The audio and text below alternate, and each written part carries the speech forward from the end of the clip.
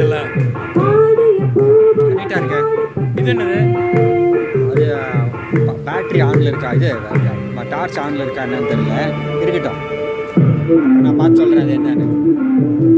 நான் கரெக்டாக போயிட்டு இருக்கு. முடிஞ்ச உடனே இது இங்கே தொட்டுற போகிறீங்க, அவ்வளோதான். அடுத்த சாங்லாம் ஆரம்பிக்கிறேன். No problem. அப்புறம் எல்லாத்தையும் குரூப்பை போட்டு அவன்கிட்ட கொடுத்தீங்கன்னா அவன் யூனிட் வைத்து